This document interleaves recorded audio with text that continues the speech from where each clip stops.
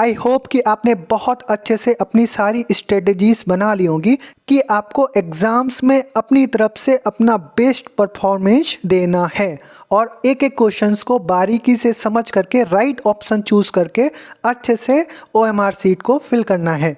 Hello dear learners, मेरा नाम है अमित पाठक और स्वागत है आपका पाठक क्लासेस में। बिना देरी करे चलिए शुरू करते हैं आज की इस वीडियो को।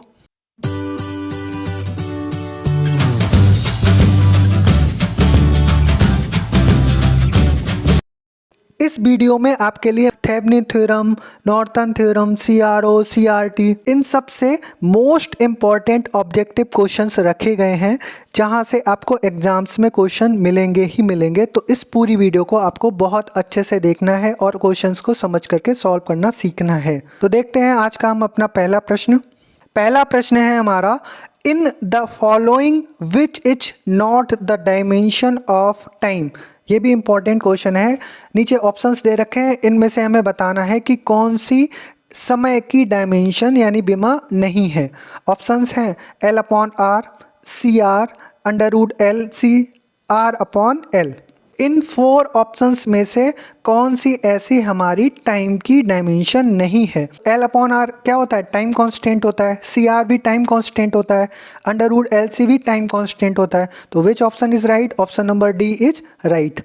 R/L टाइम की डायमेंशन नहीं होगी। नेक्स्ट क्वेश्चन देखते हैं। RC has the dimension of. ये क्वेश्चन हमारा कई तरह से पूछ सकता है। RC की जगह CR पूछ ले तो भी आपको इसी तरह से उस क्वेश्चन को सॉल्व करना है। RC हमारा टाइम कांस्टेंट होता है, तो टाइम कांस्टेंट की जो डायमेंशन होगी वो क्या होगी? सेकंड। और कोई ऑप्शन आपको देखना ही नहीं है, सीधे सेकंड लगाइए। नेक्स्ट है हमारा, the bridge which is used for the accurate measurement of small capacitance is। आपने ब्रिज पढ़े होंगे और ब्रिज में से आपको एक क्वेश्चन पक्का आएगा। इस क्वेश्चन में हमसे पूछा गया है कि स्मॉल कैपेसिटेंस को मेजरमेंट करने के लिए हमें कौन से ब्रिज की आवश्यकता होगी। ऑप्शंस हैं Maxwell's bridge, Anderson bridge, De Sauty bridge, Schering bridge. तो स्मॉल कैपेसिटेंस अगर हमें निकालनी है तो स्मॉल कैपेसिटेंस के लिए हम सीरिंग ब्रिज का यूज करते हैं। ये बहुत ही इंपॉर्टेंट क्वेश्चन है। इस क्वेश्चन को आपको बहुत अच्छे से याद करके जाना है कि अगर स्मॉल कैपेसिटेंस का मेजरमेंट पूछ रहा है तो वहाँ पे आप सीरिंग ब्रिज लगाएंगे। नेक्स्ट क्वेश्चन देखते हैं। नेक्स्ट क्वेश्चन है हमारा मैक्सवेल ब्रिज से। क्वेश्चन है, Maxwell bridge is used for the measurement of. Direct question पूछा गया है कि मैक्सवेल ब्रिज में हम क्या मेजर करते हैं। ऑप्शंस हैं inductance only, capacitance only, both inductance and capacitance. Option number D है फ्रीक्वेंसी ऑफ AC सप्लाई। तो जो मैक्सवेल ब्रिज होता है इसमें हम इंडक्टेंस को ही मेजर कर सकते हैं। तो which option is right? Option number A is right. Next question देखते हैं। नेक्स्ट जो क्वेश्चन है हमारा ये बहुत इंपॉर्टेंट है। क्वेश्चन है, the bridge which is used for measurement of capacitance as well as the power factor of capacitor is। यहाँ पे हमसे क्वेश्चन में कह रहा है कि कैपेसिटेंस भी हम निकालेंगे और साथ साथ में एक पावर फैक्टर ऑफ कैपेसिटर भी निकालें, तो इसके लिए कौन सा ब्रिज यूज करना पड़ेगा। ऑप्शंस हैं Wien's bridge, Schering bridge, frequency, none of these. तो अगर हमें कैपेसिटेंस के साथ साथ में पावर फैक्टर ऑफ कैपेसिटर भी निकालना है तो वहां पर हमें वीन्स ब्रिज का यूज करना पड़ेगा। Which option is right? Option number A is right. Next question देखते हैं। Wien's bridge can be used for measuring. Options हैं harmonic distortion, resistance, frequency, none of these. तो बीन्स ब्रिज के द्वारा हम क्या करते हैं? फ्रीक्वेंसी को मेजर करते हैं। Which option is right? Option number C is right. Next question देखते हैं। नेक्स्ट है हमारा नेटवर्क थ्योरम से। क्वेश्चन कह रहा है, network theorems can be applied to network with. यानी इस क्वेश्चन में कहा गया है कि नेटवर्क्स थ्योरम को कहाँ पर अप्लाई किया जाता है। ऑप्शंस हैं DC sources only, AC sources only, both AC and DC sources, none of these. तो नेटवर्क थ्योरम को हम कहाँ पर अप्लाई करते हैं? AC और DC सोर्सेस दोनों में अप्लाई करते हैं। तो which option is right? Option number C is right. Next question देखते हैं। थेवेनिन्स और नॉर्टन्स सर्किट जो होते हैं वो कहाँ पर इक्विवेलेंट होते हैं।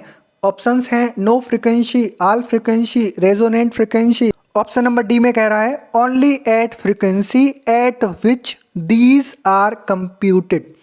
अगर यहाँ पे हमारे थेवेनिन और नॉर्टन सर्किट इक्विवेलेंट होते हैं तो ऑप्शन नंबर डी हमारा करेक्ट होगा, only at frequency at which these are computed.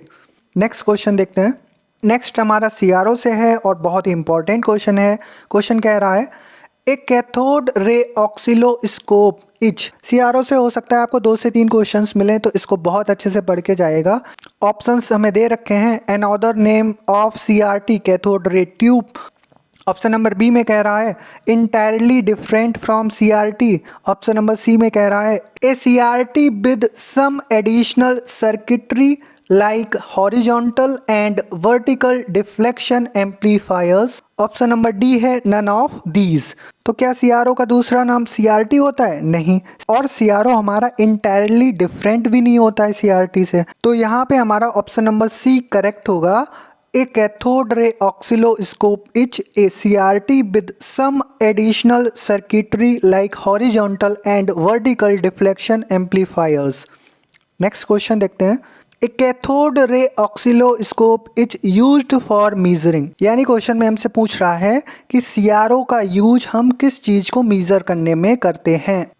Options हैं डायरेक्ट और अल्टरनेटिंग वोल्टेज, डायरेक्ट और alternating current, study of wave forms. Option number D है ऑल ऑफ द एबव। तो कैथोड रे ऑक्सिलोस्कोप के द्वारा हम डायरेक्ट और अल्टरनेटिंग वोल्टेज को भी नाप सकते हैं, डायरेक्ट और अल्टरनेटिंग करंट को भी नाप सकते हैं और वेव फॉर्म को भी स्टडी कर सकते हैं। तो which option is right? Option number D is right. Next question देखते हैं। नेक्स्ट है हमारा the material used to coat inside of CRT. यानी सीआरटी के अंदर जो कोटिंग करी जाती है वो किस मटेरियल के द्वारा करी जाती है? बहुत ही इंपॉर्टेंट क्वेश्चन है ये हमारा। ऑप्शंस हैं germanium, carbon, sulphur, phosphor. CRT के अंदर जो कोटिंग होती है, सीआरटी का मतलब है कैथोड रे ट्यूब, वो फास्फर के द्वारा होती है। तो which option is right? Option number D is right. Next question है हमारा magnetic deflection sensitivity of a CRT is directly proportional to. यानी मैग्नेटिक डिफ्लेक्शन की जो सेंसिटिविटी होती है सीआरटी में वो किसके प्रोपोर्शनल होती है? ऑप्शंस हैं square root of the ratio of charge to mass of an electron. Option number B है the distance between screen and field. Option number C है the length of magnetic field. Option number D है all of the above. तो यहाँ पर magnetic deflection sensitivity होगी वो square root of the ratio of charge to mass of an electron के भी directly proportional होगी, the distance between screen and field के भी डायरेक्टली प्रोपोर्शनल होगी and the length of the magnetic field के भी डायरेक्टली प्रोपोर्शनल होगी। तो यहाँ पर हमारा ऑप्शन नंबर डी बिल्कुल करेक्ट होगा, ऑल ऑफ द एबव। इस वीडियो में सिर्फ इतने ही क्वेश्चंस। इस वीडियो को जानबूझकर छोटा रखा गया है क्योंकि कल आपके एग्जाम्स हैं और आपको रिवीजन करने के लिए थोड़ा सा टाइम भी चाहिए। तो जिन भी स्टूडेंट्स ने हमारी सारी वीडियोस देख ली हैं उनके एग्जाम्स में मैक्सिमम क्वेश्चन सॉल्व हो जाएंगे। और जिन्होंने अभी तक वीडियोस को नहीं देखा है तो प्लीज़ प्लेलिस्ट में जा कर के बीएससी सेकेंड सेमेस्टर की सभी वीडियोस आप देख लीजिए और जो भी इलेक्ट्रॉनिक्स की मैंने अभी वीडियो डाली हैं वो भी देख लीजिए। वहाँ से मैक्सिमम क्वेश्चंस आपके सॉल्व हो जाएंगे और एग्ज़ाम्स में आप बहुत अच्छे से नंबर लेकर के आएंगे।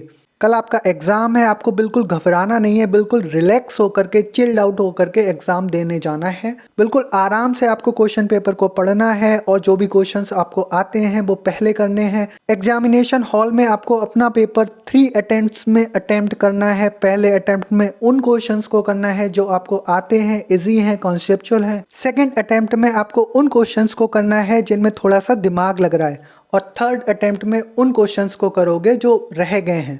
और एक बहुत ही इम्पॉर्टेंट बात कि आपको अपनी OMR सीट बहुत अच्छे से फिल करनी है और वहाँ पर देख लेना है कि आपने सारी चीज़ें अच्छे से कर दी हैं या नहीं करी हैं, फिर जाके फाइनल सबमिट करनी है। तो इस पूरी वीडियो को देखने के लिए आपका दिल से धन्यवाद। एग्ज़ाम्स के लिए बहुत सारी शुभकामनाएं। बहुत ही अच्छे से आपके सारे एग्ज़ाम्स हों और आप अपने सारे एग्ज़ाम्स में अपनी तरफ से बेस्ट दे करके आएँ।